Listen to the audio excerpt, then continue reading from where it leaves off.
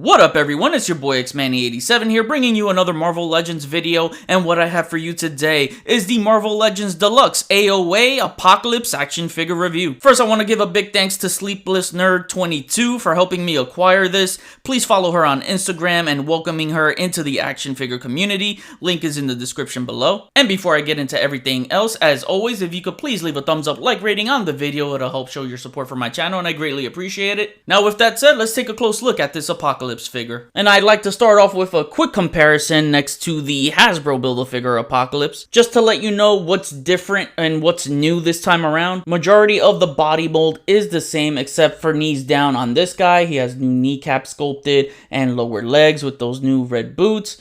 And as you can see, this one has the armored boots, armored kneecaps. And for what's new with this guy, we get two new head sculpts. We get a red collar piece, a different design. We get two new shoulder pads, again, different design.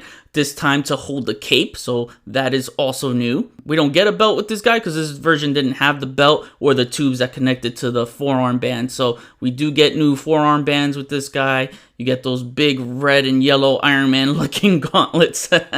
But it looks really cool. And a few accessories I'll show off in the accessory segment. I gotta say, I'm very happy they made this Apocalypse, taking advantage of the Apocalypse mold, which I am a big fan of. I love the stature of this. He's just big, intimidating, as he should feel, you know, and just taking a 360 look around. Look at that cape, man. That is really, really nice. There's a nice sculpt to this cape flow. I dig it a lot. And the cape does make him a little bit heavier than the bath. And the cape is removable. You get these peg holes at the top of the shoulder pads, so they'll just plug in like so. It can pop off sometimes when you're moving this guy around, especially on this side. I noticed for me, there's a slight, a much bigger gap sometimes on this one that it'll form over this one. But other than that, you know, when you plug it in, his shoulder pads stay in this place. When you move it up, you see that it starts to separate. But it's cool, you could display him without the cape if you want to. And taking a close look at the head sculpt, this is the default head, and man, it looks great. I really like that smile.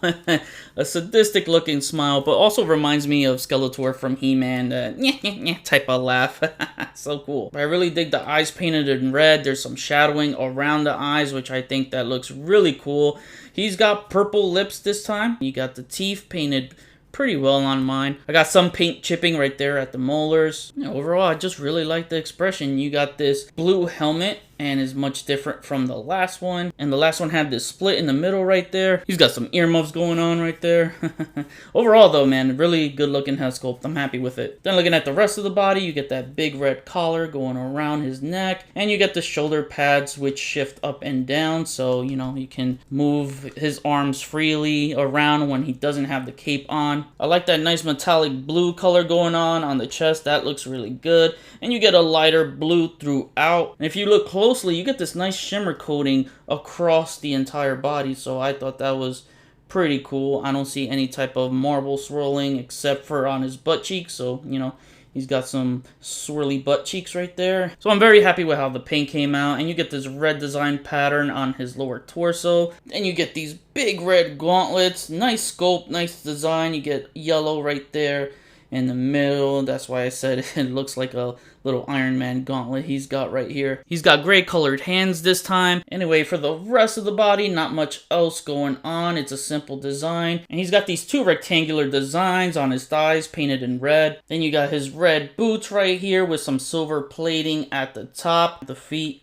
are new. And you got the bottom of the feet. Peg holes right there, and that's it. Now for accessories, he comes with this awesome looking alternate head, and he just looks mean. So this one is definitely not smiling, and he's just ready to throw down. Look at that. That looks really, really good. Again, you get the purple lips, get the red eyes, shadowing around the eyes, which I dig a lot. A nice display option here. And next up, we get this open gripping kind of hand, which we didn't get with the Apocalypse Bath, so this is new. This proves useful for the next accessory, which is this human skull head, which looks absolutely stunning. I mean, this thing is spectacular. The sculpt to this all around, like, look at this.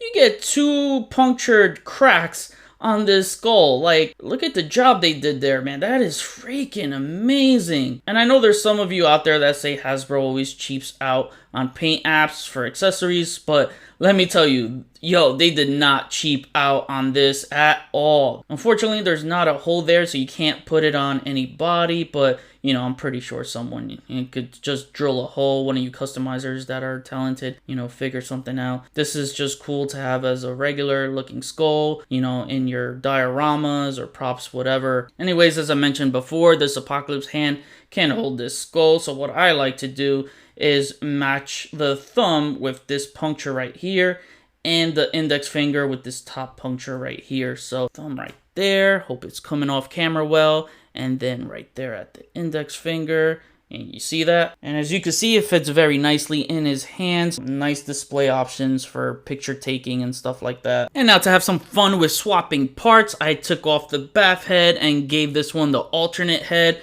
And this looks so good. So for those of you that couldn't get Gladiator because he cost like $80 plus in the aftermarket, he was very difficult to find, and most of you that were close to completing the Apocalypse Bath either were missing the head or, you know, some other parts. If you're close to building him and you're still missing the head, well, this is the best solution for you.